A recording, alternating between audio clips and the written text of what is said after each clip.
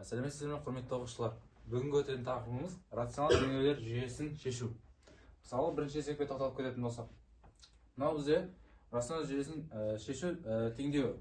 Осы теңдеуді шешсек, бұл теңдеуді шешу үшін бірінші мына x квадрат минус y квадрат көріп тұрмыз ба? Сол x квадрат минус y квадрат бізде қалай ашылады? X квадрат минус y квадратты біз x минус y көбейту x плюс y екеуінің көбейтісі осылай, осы форманы осылай ашып алсақ болады.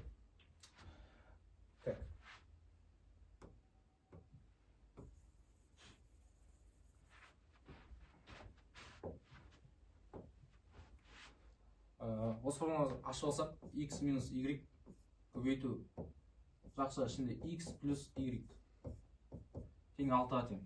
Мына жерде байқап тұрғанымыздай x минус y бізде тең 6 жақша ішінде x плюс y-ке. Дәл осы x минус y-ті наны қоятын болсақ, орнына қоятын болсақ. Сонда бізде не болады? 6 жақша ішінде x плюс y көбейту x плюс y жақша ішінде тең бізде 6-ға тең. Сонда мына жақта 2-де көріп тұрмыз, 6-тар бізде қысқарып кетеді. Сонда бізде не болады? Мына жерде x плюс y-тің жақша ішіндегі квадраты тең 1-ге тең. Бұл жерде x плюс y-тің табу үшін екеуінде түбірастын алып жіберсек, сонда түбірастымен 2 қысқарып кетеді. Сонда бізде x плюс y тең, түбірасты бірден плюс-минус 1 шығады. Плюс-минус 1 шығады. Енді жағымызда x плюс y-іміз тең плюс-минус 1-ге тең болды. Яғни мына жеріне x-ті табайықшы. X тең бізде сонда 1 азайтылған минус y қоя. Осы x-ті орнына қойсақ. Сонда 1 минус y-тің квадраты азайтылған y-тің квадраты тең 6. Осы жерден 1 минус y-ті форманы ашып жіберсек, 1-дің квадраты 1-дің өзі болады. Сонда 2y қосылған y-тің квадраты. Сонда азайтылған y-тің квадраты тең 6. Мына жеріне y квадратта қысқарып кетеді. Сонда біріміз 10 жаққа өткенде минус болып өтеді. Сонда минус 2y тең 5. Бізде y-іміз минус 2-ден 5 болады. Енді осы минус 2-ден 5 шықты. Осы y-ті мына жерге қойсақ. Кесіп саламыз. Сонда бізде x тең 1, азайтылған өзі минус 2-де 5. Минус 2-де 5. Бізде көріп тұрғаныздар минус пен минус 2 минус плюс болып кетеді. Сонда x тең 3-ден 5 шығады. Сонда бізде x-іміз 3-ден 5, ал y-іміз минус 2-ден 5 болады. Сонымен екінші есебіміз. Осы жерден, мысалы бірінші, y тең деп алайық. Мына жерден y тауып алсақ, сонда y тең 7 қосылған 3x. Мына y-ті орнына қоятын болсақ. Сонда бізде не болады?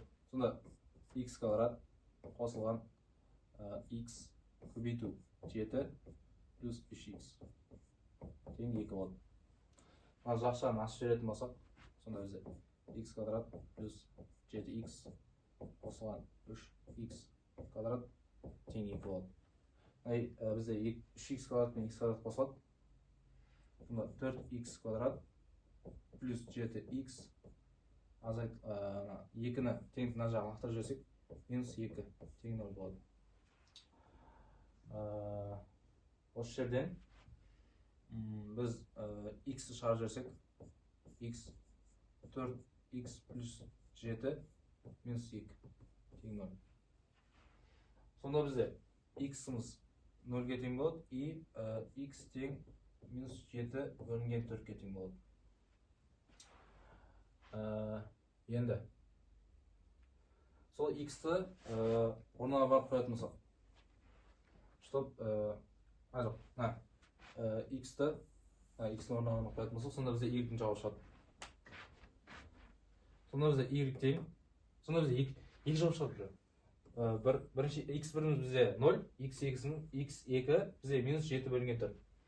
Енді x1 мен y1-ді табатын болсақ, бізде яғни x1-іміз ол 0-ге тең. x1 0-ге тең. Енді орнына қойсақ. Сонда 7 қосылған 3 x-ның орнына біз жаңа 0 қоямыз. Тең. Сонда бізде y1-іміз 7 болады. Сонда y1 7. Енді x2. x2-іміз бізде жаңа минус 7 бөлінген 4 болды ғой. Минус 7 бөлінген 4. Енді y2-ні табатын болсақ. y2 тең 7 қосылған 3 көбейтілген бізде міне минус 7 бөлінген 4-ке. Минус 7 бөлінген 4-ке. Енді осы жерден y2-ні тапсақ, y2 тең 7 қосылған 3-ті 7 көбейтіп жіберсек, жоқша ішінде минус 21 бөлінген 4. Сонда y2 7 азайтылған минус 21 азайтылған 4. Мынаған астында 1 бар, мынаған 4-тен береміз. Сонда бізде 28 азайтылған 21 бөлінген 4. Сонда бізде 28-дің 6 бөлінген 4. Бізде y2 бізде 6 бөлінген 4-ке тең болады. Соның келесі есеп. Мына жерден біз y квадратты теңестіре алсақ. Сонда бізде y квадрат тең 2 азайтылған x-қа болады. Содан y квадратты, y квадраттың орнына қоятын болсақ, сонда бізде не болады? 2 жақша ішінде 2 минус x қосылған x квадрат тең 3. Мына жақша ішін ашып жіберсек, 4 минус 2x плюс x квадрат тең 3-ке. Үштеріміз 3-ті сол жаға басып жіберсек, сонда бізде x квадрат минус 2x мына жаға минус болып барады, сонда бізде плюс 1 болады мына жерде. Тең 0. Енді дискриминантымен шешіп жіберсек, сонда 4 азайтылған 4 көбейту бізде сымыз 1-ге тең 1. Сонда бізде дискриминантымыз ол 0-ге тең болады. 0-ге тең болса, жауабы 1 болады. Бір ғана жауап болады. Яғни x1 мен x2 бірдей жауап болады. Яғни бізде 2 азайтылған 0 дискриминант жазамыз, бөлінген 2. Сонда бізде 2-ден 0 жазсақ 2, бөлінген 2 тең 1-ді береді. Яғни бізде x1-мізде, x2-мізде 1-ге тең болды. Енді біз y табатын болсақ, y табу үшін мына x-дің орнына жаңа 1 шықты, соны барып қоямыз. Сонда бізде y квадрат 2 азайтылған 1. Сонда бізде y квадрат тең 1. Y квадрат 2 жағын 2 түбірасына алып жіберсек, y тең назан плюс минус 1 шығады.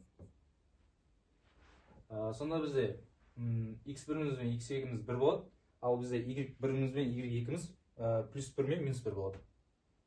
Келесі есеп. Бізде келесі y квадрат плюс 1 минус x тең 0. Астында жүремен y квадрат плюс y-тің кубы тең x көбейту y. Яғни мына жерден x-ті теңестіре алатын болсақ, яғни x тең y квадрат плюс 1. Яғни мен x-ті оң жаққа өткіздім. Бізде яғни x тең y квадрат плюс 1-ге тең. Осы x-ті мына x-ті орнына қоятын болсақ, мына теңдеумен шығарсақ. Сонда y квадрат қосылған y-тің кубы тең y-тің квадраты қосылған 1, оны көбейтеміз жақша ішінде y-қа. Осы теңдеуді шешсек, сонда x квадрат қосылған y-тің кубы тең y-тің кубы көбейтілген y.